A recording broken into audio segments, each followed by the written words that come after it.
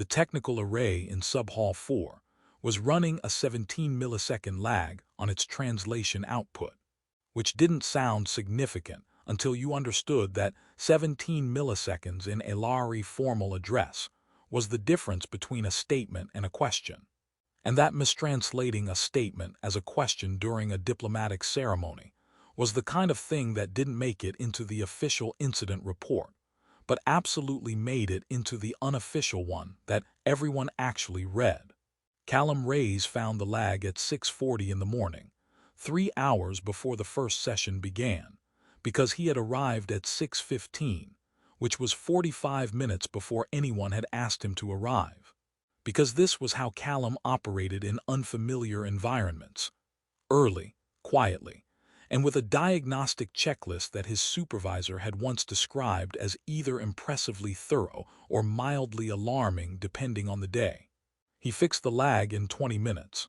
He then found 2 secondary calibration errors in the atmospheric system serving the eastern wing, a misalignment in the ceremonial seating assignments that would have placed a senior Aelari commander directly adjacent to a delegate from a house they had been in formal dispute with for 11 years, and a translation array in the main hall that someone had configured for Thornid dialect instead of High Aelari, which was either a technical error or the most passive-aggressive act of sabotage in diplomatic history, and probably the former. He fixed those too. He logged everything. He made himself a drink from the small portable unit he carried for exactly this kind of morning, and he stood in the main hall as it began to fill with the quiet, purposeful movement of palace staff preparing for the day. And he thought, as he often did in the hour before events began, about how much of diplomacy was this, the invisible labor of making sure the conditions for communication existed before anyone arrived to communicate. Vethara Solenne was not a modest palace.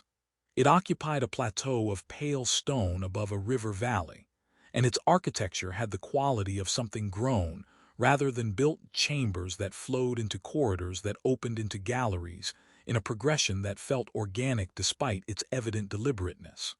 The light inside moved differently than Callum was used to, arriving at angles that suggested the building had opinions about where illumination belonged. The staff moved through it all with a coordinated fluency that he had spent his first hour trying to categorize before giving up and simply admiring. He was infrastructure today. He knew this and was comfortable with it. The senior delegates, Ambassador Voss and her team, would handle the formal sessions, the speeches, the careful choreography of interstellar relationship maintenance. Callum's job was to make sure the technology worked, the logistics held, and nothing exploded. He was very good at this job.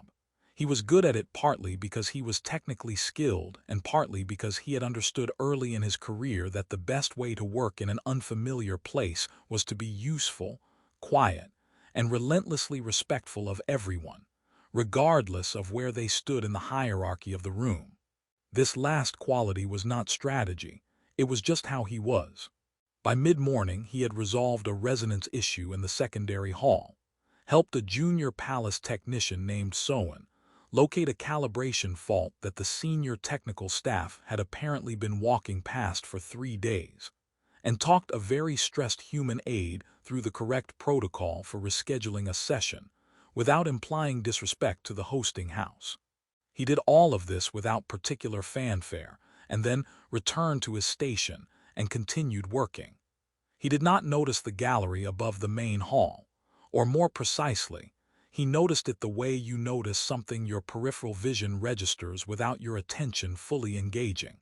A presence, someone standing at the upper railing with the stillness of someone who had chosen to be there, watching. He looked up once, saw a figure he didn't recognize, registered that they seemed to be observing the hall generally rather than anything specific, and returned to his diagnostics. The ceremony that afternoon was the gathering's centerpiece, an Aelari formal resonance performance, which Callum had been briefed on but which no briefing, he was discovering, could fully prepare you for.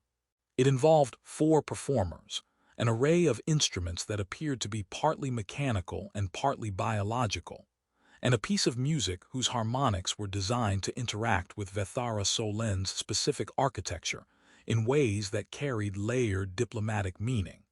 The translation challenge was not the words, there were no words, but the structural significance of the harmonics themselves, which needed to be captured and conveyed to the human delegation in a form they could receive. This was Callum's technical problem, and it was a good one, the kind that required actual thinking rather than just competent execution. He worked through it with Sowen, who turned out to have a precise and enthusiastic understanding of the resonance arrays and had clearly been waiting for someone to ask him about it. They recalibrated 3 nodes, adjusted the capture frequency, and ran 2 test sequences that Sowen described with mounting excitement as Callum nodded and asked questions, and understood perhaps 70% of the answers. "You ask good questions," Sowen said at one point, with the slightly surprised tone of someone who hadn't expected this. "I find it's more useful than pretending I already know," Callum said. Sowen considered this as though it was a more novel observation than it should have been. "Many people in this palace," he said carefully, "prefer to pretend." Callum smiled. "That sounds exhausting." The ceremony worked. The harmonics moved through the hall in waves that Callum could feel in his sternum, rather than hear with his ears. And whatever it meant to the Aelari assembled in the formal tiers, it clearly meant it correctly, because the quality of stillness in the room had the particular weight of something being received rather than merely observed. The translation array performed without incident. The senior delegates looked satisfied. Ambassador Voss caught Callum's eye across the hall and gave him a small, precise nod that meant, "Good work, no one will know you did it. That's exactly right." He was packing down the secondary equipment when he became aware, without quite knowing how, that the hall had changed again. Not emptier, the reception crowd was still present elsewhere in the palace, but different. The particular quality of attention in the room had shifted, the way it shifts when someone with a certain kind of weight enters a space, and the space quietly reorganizes itself around them. He turned. Queen Thessaly stood perhaps 10 meters away, attended at a distance by 2 staff who had positioned themselves with the practiced discretion of people who understood when proximity was not required. She was watching him with an expression that was not cold and not warm but something more precise, the look of someone who has been thinking about something for a while and has decided to address it directly. Callum straightened. He was aware, with sudden clarity, of being the only human in the immediate vicinity of the Aelari Queen, with a half-packed equipment case in his hands, at the end of a long day during which he had almost certainly committed at least 2 minor protocol violations without knowing it. "Your array performed well," Thessaly said. Her standard was precise and slightly formal, the way of someone who speaks a language correctly rather than fluently. The resonance capture was accurate.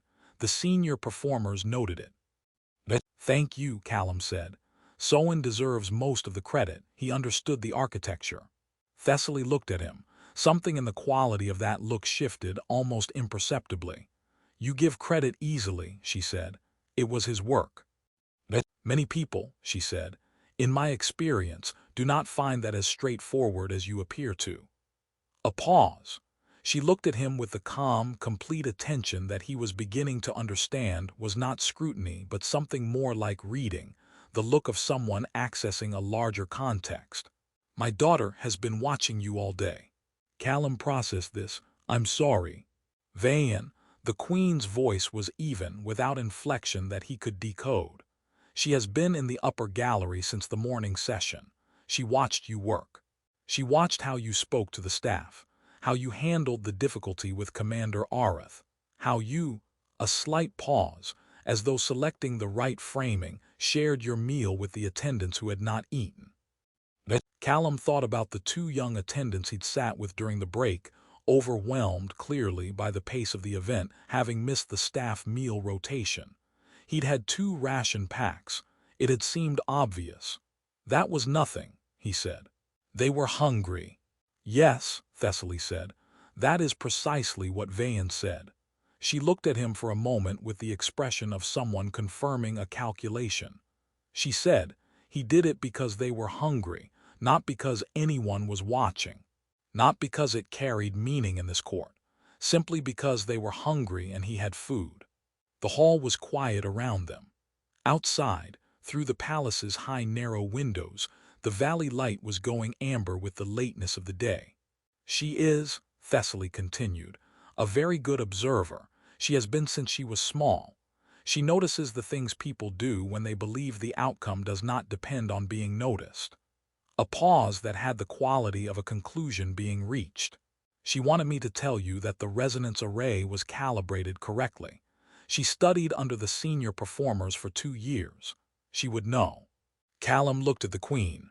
She could have told me herself, he said, and then immediately wondered if that was the wrong thing to say to a monarch about her daughter. Thessaly's long ears tilted, fractionally, in a direction he didn't yet have the vocabulary to read. Yes, she said. I told her that. The corner of her mouth moved with the precise economy of someone who does not smile carelessly. She said she wasn't sure you'd believe her, coming from someone you hadn't met. I told her that seemed like a problem with a straightforward solution. Which is, meeting you, Thessaly said. Which I have now done, and which she will do tomorrow if you are willing to remain for the final day of the gathering. She held his gaze with the directness of someone who asks questions they actually want answered. Are you? Callum thought about the transport he had booked. He thought about the post-event report he'd planned to write on the journey back. He thought about a presence in an upper gallery that had been watching not his work but the way he did his work, and the specific quality of attention that implied. Yes, he said. I'd like that. Thessaly nodded once, a small, complete gesture. Then I will tell her. She turned to leave, then paused, with the unhurried quality of someone who has one more thing to say and intends to say it correctly.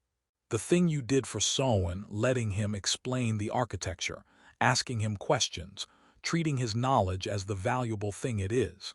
He has worked in this palace for 4 years. You are the first visitor who has done that. She left him with the amber light and the packed equipment and the particular silence of a day that had turned out to contain considerably more than he had planned for. He stood there for a moment, and then he did what he always did at the end of a long event. He finished packing up the equipment, ran the final diagnostics, and logged everything carefully. But he logged it differently than he usually did, not just the technical outcomes, but the other things.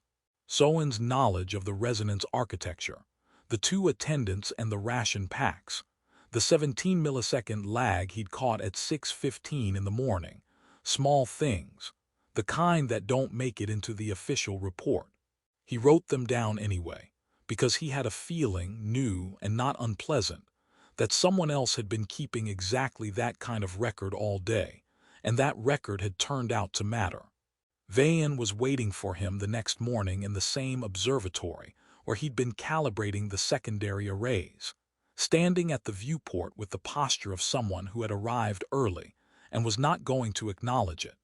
She was younger than he'd somehow imagined from the context of the day before, mid-20s perhaps, with her mother's quality of stillness and a directness in her amber eyes that suggested she had decided, sometime before he walked in, to skip the part where they pretended this wasn't slightly unusual. You fixed the translation lag before anyone else noticed it, she said, by way of greeting. Good morning, Callum said. It was in the secondary array. It would have mistranslated Commander Areth's opening address as a question.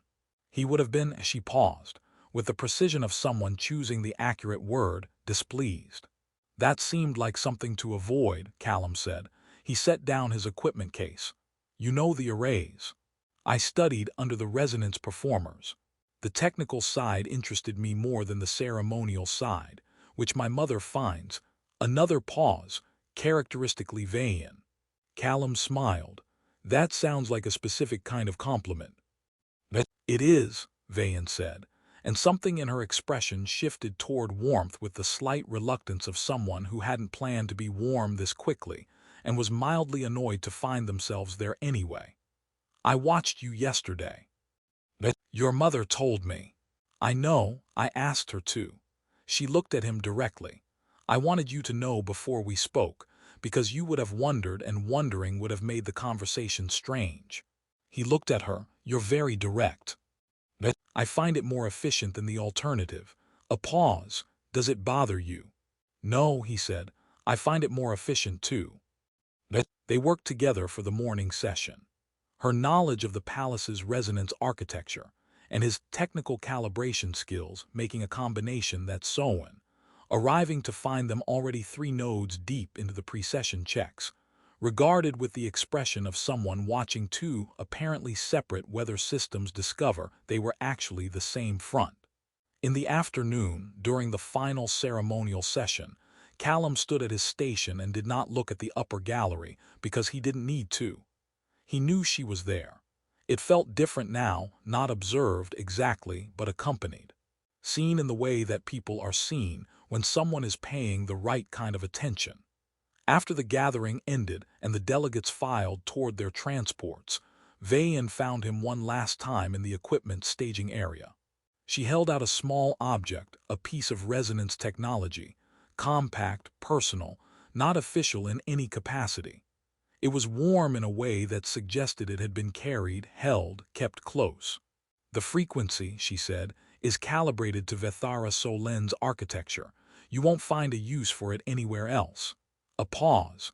"But you'll know what it sounds like here, when you hold it." Callum took it. It hummed faintly against his palm, the specific resonance of a place that had turned out, against all his reasonable expectations, to matter. "Thank you," he said. She nodded once, with her mother